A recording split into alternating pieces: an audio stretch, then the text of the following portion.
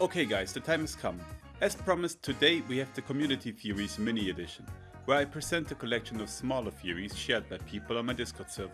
And since our friend Mr. Bushido has already had 2 chances to impress this channel's audience with his ideas, he will be excluded from the competition this time. Sorry Bushido, but it's time to give the others a turn. Let's jump right into it without wasting any time and start with the first 2 theories. These were shared by Grovestonks on my Discord server and they revolve around the name of the Ancient Kingdom and Luffy's final power-up. And here's what he discovered. According to him, the ancient city of Shendoa was once part of the same ancient kingdom that Professor Clover described.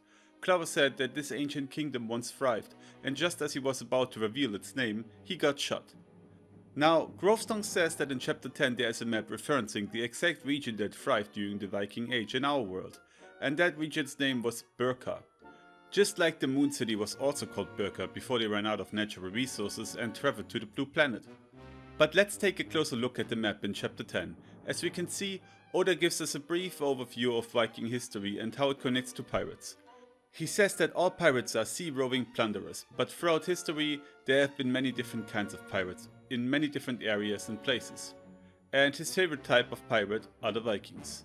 He goes on to say that over 1,000 years ago, Viking raiders swept down from Scandinavia and ran amok throughout Europe. They came from what we know today as Norway, Sweden and Denmark. And this is where Grovestonks builds his theory.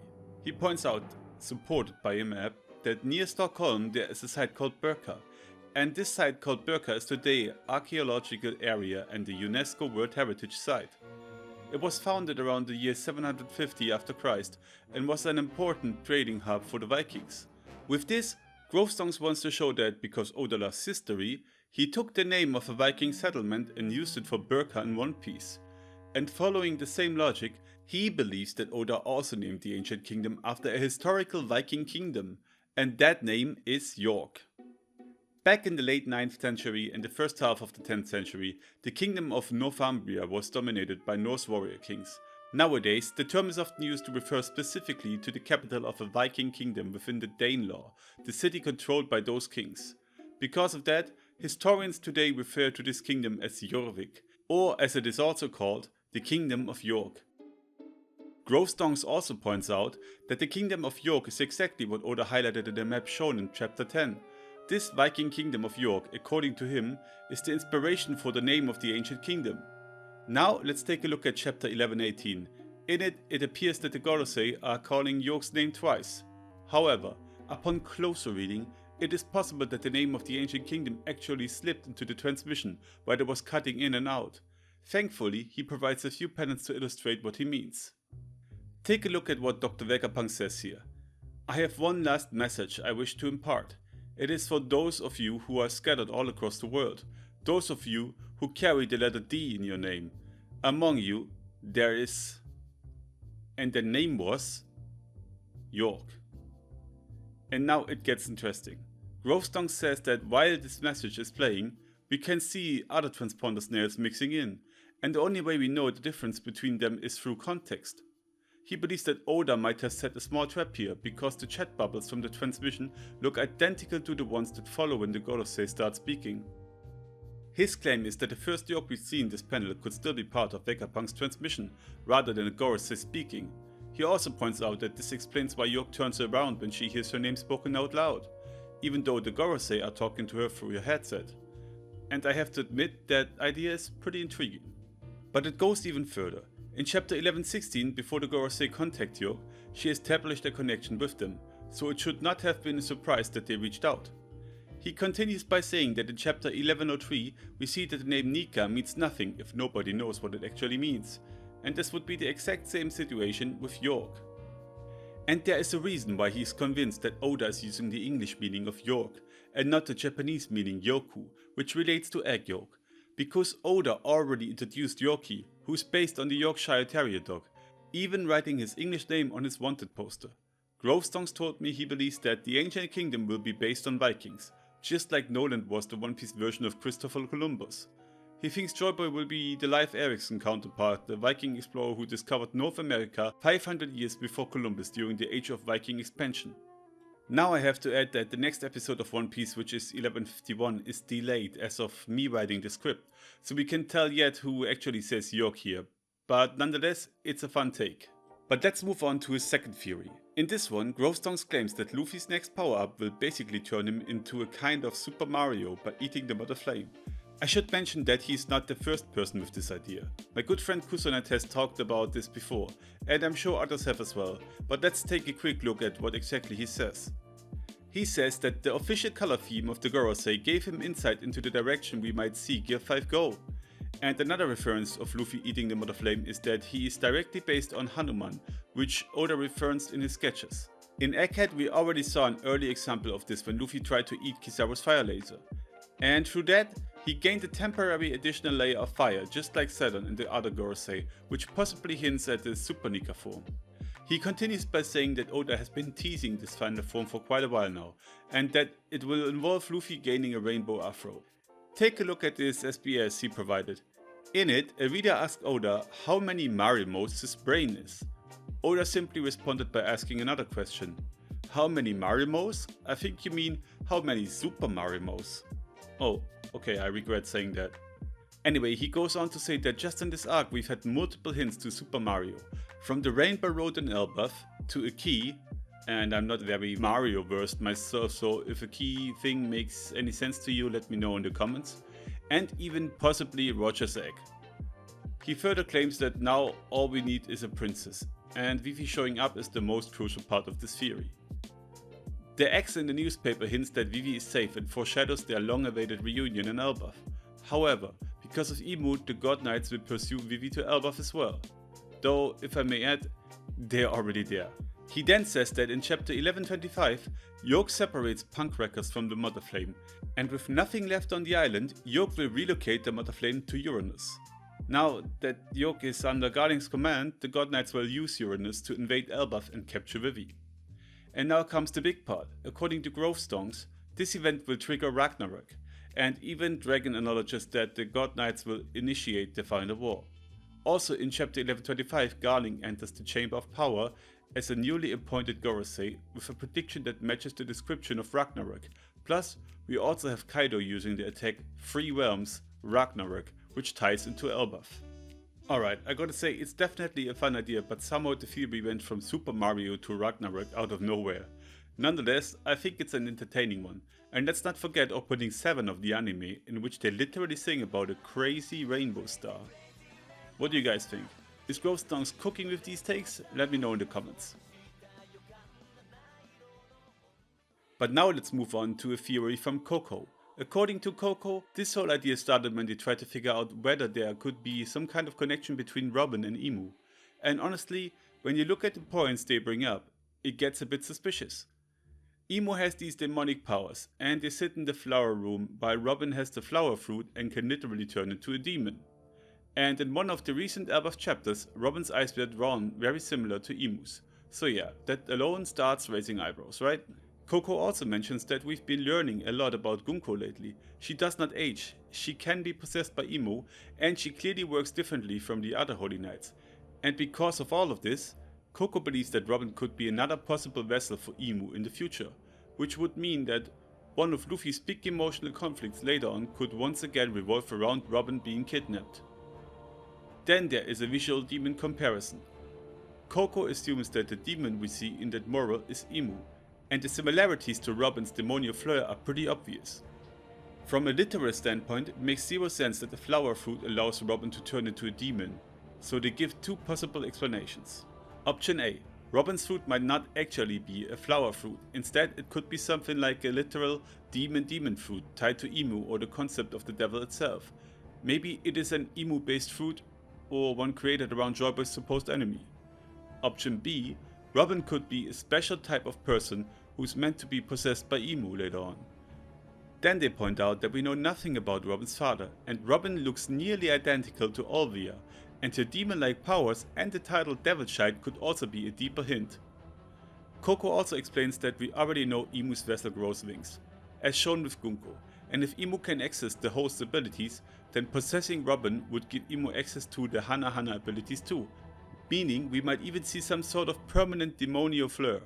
Another key aspect of the theory is that Emu might not be able to survive sunlight. They bring up the sunlight tree Eve and the fact that it produces artificial light and how it stretches from Fishman Island all the way up to the Holy Land, so the light inside the flower room could also be artificial. But it goes on because we know that there are similarities between Emu and Moria. Remember, if Moria steals your shadow, you can't be in sunlight, and their abilities also have several visual parallels. Not to mention that Moria was supposed to be taken out in Marineford by someone above Doflamingo, but why? Well, Coco's idea is that maybe Emu's shadow was stolen long ago, and the government wanted Moria's fruit, so Emu could take the shadow of someone powerful in the future. But there's more. Moria's zombies gain the skills of the people they are tied to, which could be similar to how the Gorosei and Holy Knights have their contracts with Emu. Emu has the flower room, the sword-filled throne room that looks like a graveyard, and a giant freezer next to it. Moria also has zombies, a freezer, a graveyard aesthetic, you get the picture. They continue by pointing out how the ongoing God Valley flashback is loaded with thriller bug references, so much so that they even wonder if the islands could be the same place. And with Moria returning in the cover story, plus all the Kozuki hints and the fact that Moria might actually be able to read Poneglyphs, this could be another reason why Emu would want Robin as a host, to read them for the government. And then comes the part where everything connects back to Annie's Lobby. Annie's Lobby might be the biggest emotional arc in the series, and it introduced tons of concepts we are seeing again. The abundant ancient civilization, the ancient weapon focus, the hole in the ocean, the island that never sees night, and of course, Luffy declaring war on the world government for Robin. Right now, Luffy does not have a personal reason to fight the Celestial Dragons or Emu.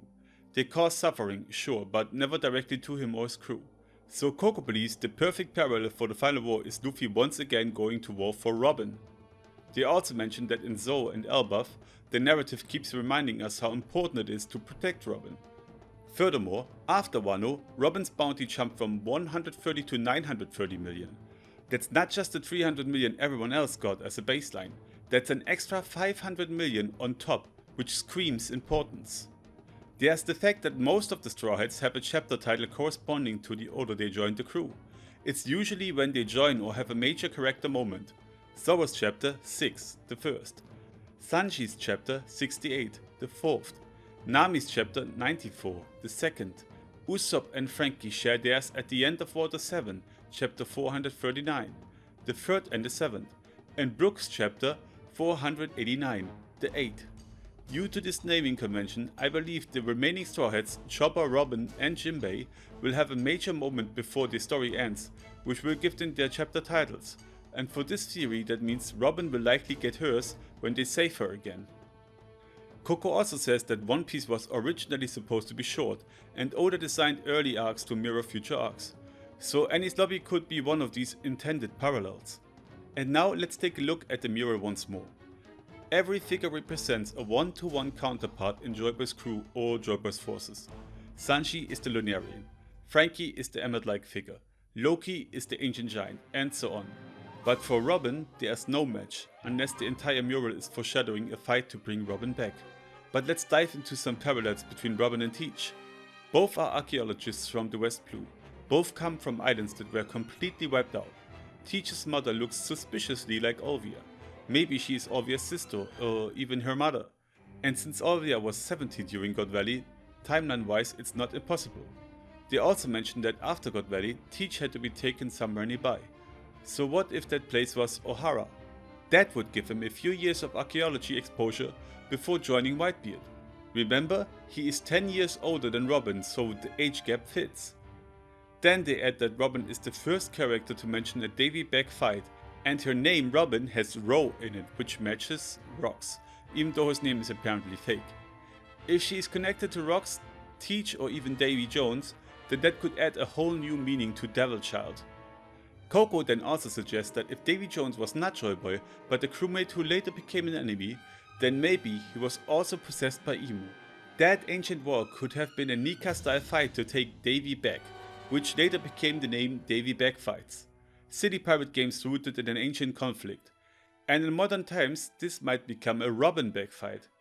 Man, I love this part. A fight to get Robin back. Well done so far, Coco, but let's continue. Because according to them, the final war will parallel Annie's Lobby. A massive fight to save Robin with the fate of the entire world on the line. And there are plenty of reasons why the world government would want Robin. She is a perfect vessel for Emu due to her powers or bloodline. She can read point lists for them, and kidnapping her might prevent modern day Nika Joyboy from reading them. And she might have a connection to Rocks or Davy Jones. And the parallels are all there. The abundant ancient civilization, the ancient weapon link, the hole in the ocean, the endless daylight, Luffy declaring war, the massive battle. Coco ties it all together with the Emu and Moria parallels. The controlled armies, the freezers, the visual similarities, and the idea that Emu might not survive real sunlight. Combined with Moria returning in the cover story and the God Valley flashback echoing Thriller Bark, I would say this is a solid and fun theory made by Coco. But what are you guys saying to this? Personally, the whole Robin back fight got me, but let's hear it from you folks in the comments. Okay then, last but not least, a quick and funny little theory from my man Big Gimmick. He claims that Goldie Roger had a weapon that has flown under the radar of the community, and he means his flintlock pistol named Anne. He goes on to say that it is a bold claim but also has bold backing. Oh my! As many fans know, Roger seemingly named Ace after his beloved cutlass of the same name. Rouge told Garp and the medical staff that Roger wanted his child to be named Goldie Ace if he was a boy, and Goldie Anne if the baby was a girl. If the sword was the inspiration for his son, why wouldn't another weapon be the inspiration for his daughter? And yes, I know what you're thinking. Why a gun and not another sword or a dagger? Well, for two reasons. First, it would be more piratical to have a flintlock and a cutlass, continuing the theme of Roger being a stereotypical romance pirate. And second, in the companion chapter The Strong World, chapter 0, we actually see Roger wielding the pistol. Well, I told you it's a short one. But yeah, he's actually wielding a pistol there, and I think it might be totally possible that his weapon's name might be Anne. And you know what? Why not extend the theory by saying Usopp will be the one to wield it one day? Anyway, that's it for today's community theories. I will be gone for a 3-week journey to Japan in December, so you gotta be patient with me regarding new content. I will try to do live chapter reactions together with Kusuland though, who I will be traveling with, so if you don't want to miss that, better ring the bell. The next video, whenever that will be coming out, will be a theory of mine again, big promise. Anyway, I hope you enjoyed this video and these theories, and I hope to see you again in the future. Peace.